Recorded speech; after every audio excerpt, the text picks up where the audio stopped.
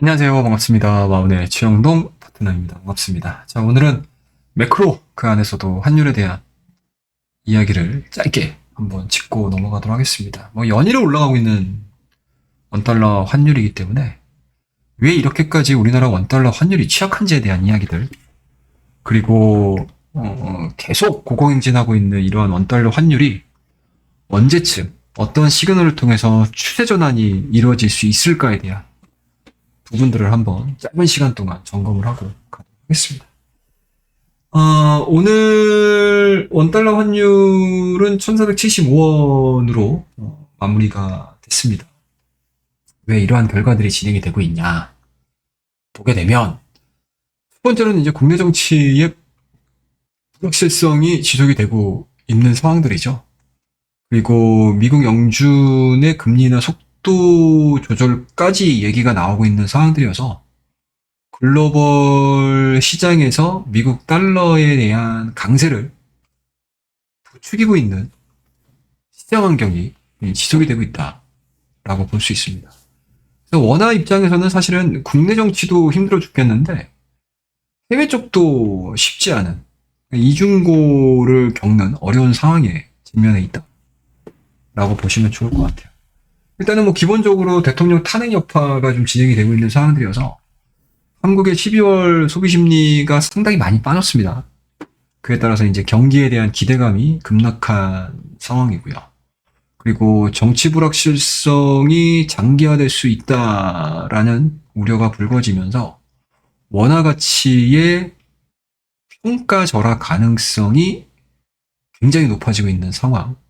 그에 따라서 지금 오늘 장중에 1480원을 훌쩍 넘는 그러한 환율을 보여줬던 것들이 바로 이러한 종합적인 결과를 가지고 왔다 보시면 좋을 것 같습니다. 그러면은 환율과 우리나라 주식시장의 관계가 어떻게 되는지 비교 차트를 좀 보고 말씀 좀 드리도록 하겠습니다. 제가 이거 텍스트로 표기를 안 했거든요. 산타렐리를 보여주고 있는 이 차트가 바로 달러 차트입니다, 여러분들. 원달러 차트고요. 그리고 지금 시장에서 빠지고 있는 요 하락 추세를 보여주고 있는 것들이 이제 코스피와 코스닥의 차트입니다. 확실히 지금 보시게 되면 시각적으로만 보더라도 환과 시장은 역외관계에 놓여 있는 거를 대번에 알 수 있는 그런 비교 차트니까 이거는 시각적으로 이해를 돕기 위해서 제가 차트를 가지고 왔고요. 자, 그렇다면 이 시점에서 왜 이렇게까지 빠지는지, 어느 정도의 지금 엇박이 나고 있기 때문에 이 난리 부르스가 나고 있는지에 대한 이야기들을 한번 좀 해보도록 할게요. 자, 일단은 기사를 보시면은 딱 이해가 되실 겁니다. 자, 요게 이제 첫 번째 기사인데요. 보자고요. 25일입니다, 여러분들. 통화신용정책 운영방안 발표를 했는데 그 안에 있는 내용들을 좀 보시게 되면 물가 상승률이 안정된 흐름으로 유지할 것으로 예상되는 가운데 정치 불확실성 증대와 주력 업종의 글로벌 경쟁 심화, 통상 환경 변화 등으로 경기의 하방 리스크가 커진 점을 고려했었을 때 금리 인하를 해야 된다 라는 쪽으로 전략을 수정을 해버렸습니다. 그러니까 이거는 나쁘진 않아요. 예, 이 상황들은 나쁘진 않은데, 그러니까 이 조건 자체는 나쁘진 않습니다. 하지만 이제 우리가 우려하는 부분들이 바로 이런 거죠. 다만 1,500원대를 위협하는 원달러 환율은 금리 인하의 변수다. 여기서 이제 하느니 얘기를 하는 부분들이, 하느는 외환시장 안정에 대해서 과도한 변동성에 대한 안정화 조치를 추가로 시행하겠다라는 점, 그 다음에 필요하다면 외화 유동성을 충분히 공급하고 정부와 함께 외화 건전성 규제 완화 등도 검토할 것이다 라고 얘기를 한 거죠. 이게 왜 말이 안 되는지 제가 좀 이따 설명을 드릴게요. 그 다음에 미 연준입니다, 여러분들. 미 연준이 이번에 FOMC 12월 FOMC 때 금리 인하 했죠. 네, 모든 사람들이 0.25% 금리 인하 할 거야 라는 쪽으로 어느 정도는 예상을 하고 있었습니다. 그런데 0.25%를 금리 인하를 시킨 게 중요한 게 아니고 내년의 가이던스를 도대체 어떻게 잡을 건가에 대해서 시장에서는 크게 관심을 가지고 있었던 상황들이었기 때문에 사람의 이목들, 시장의 이목은 바로 내년 금리 인하 수준이었습니다. 그런데 시장에서는 2025년도 적어도 4번 정도는 금리 인하 할 수 있지 않겠어? 라는 쪽으로 컨센서스가 잡혀 있는 상황 속에서 막상 뚜껑을 열어봤더니 2회로 그칠 것이다. 라는 쪽으로 가는 거죠. 지금 수준에서는 한 1.4배 정도 얘기를 하고 있습니다. 시장에서.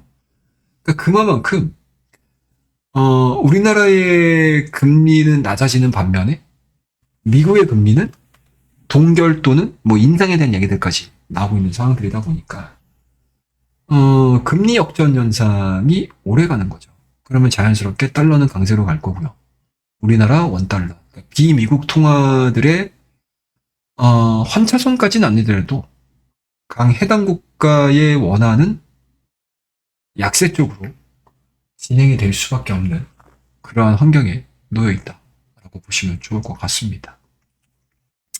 자, 그렇다고 되면 앞서 우리 한은이 얘기했던 외화 유동성을 충분히 공급한다라는 거, 그리고 정부와 함께 외화 건전성 규제 완화 등을 검토할 수 있다라는 거, 이 부분들을 우리가 해석을 좀 해봐야 되는데, 그러니까 외환 당국의 환시 개입이라든지, 그리고 국민연금의 환해지 경계감이 원달러 환율의 상단을 일부 제약할 수는 있어요.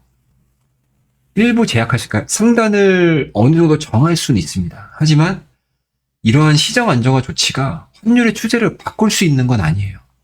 그리고 국민연금 자체가 지속적으로 해외 자산에 대한 비중을 좀 늘려나가고 있는 상황들이기 때문에 언제까지 우리나라 환시장에 개입을 할 수 있는 상황들은 아니다. 그러니까 쉽게 얘기해서 중장기적으로 한계점이 명확한 전략이 될 수 있어서 생각보다 뭔가 이제 정점에 다다른 시점에서 이 전략을 쓰지 않는다라고 되면 그 이전에 정부 개입하고 국민연금 개입하고 이러한 부분들이 상당히 좀 헛수고로 돌아갈 수 있는 리스크도 분명히 있습니다. 그래서 그런 부분들이 있기 때문에 단순하게 원달러 환율이 엄청나게 많이 올라갈 때 왜 정부 개입 안 해? 왜 국민연금 안 들어와? 이런 식의 뭔가 생각은 생각보다 되게 단순할 수 있다라고 보는 거죠. 다만 언제든지 시장에서 그건 되게 중요해요. 그러니까 정부가 정말 리스키한 상황이 왔었을 때 정부가 언제든지 뛰어들 수 있는 뭐라고 해야 될까요? 외환보유고의 수준이 특정하게 보유를 하고 있느냐 없느냐도 어떻게 보면 심리적인 마지노선을 그려갈 수 있는 상황들이기 때문에 현재 우리나라 정부의 외환보유고 수준이 어느 정도 와 있는지, 어느 정도 보유를 하고 있는지도 되게 중요하다라고 저는 생각을 하고 있거든요. 그런 부분들에 있어서 지금 현재 우리나라는 4천억 달러 정도 갖고 있는 걸로 지금 알려져 있습니다.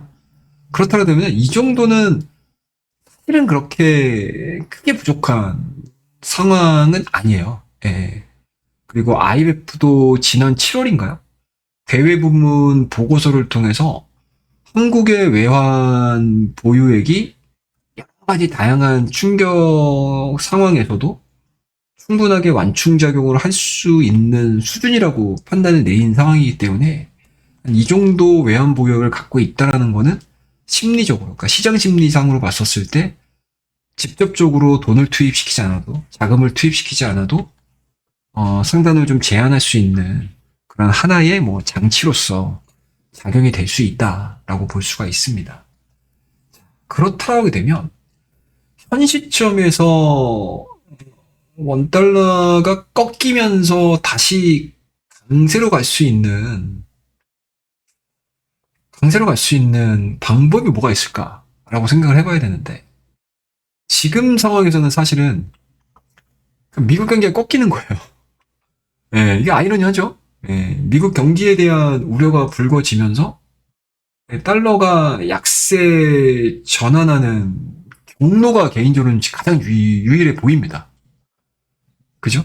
그리고 물가와 고용을 통해서 금리나 조절을 좀 시사를 한 부분들이 있기 때문에 이러한 속도 조절은 굉장히 타당한 결정이었다라고 보는 거고요.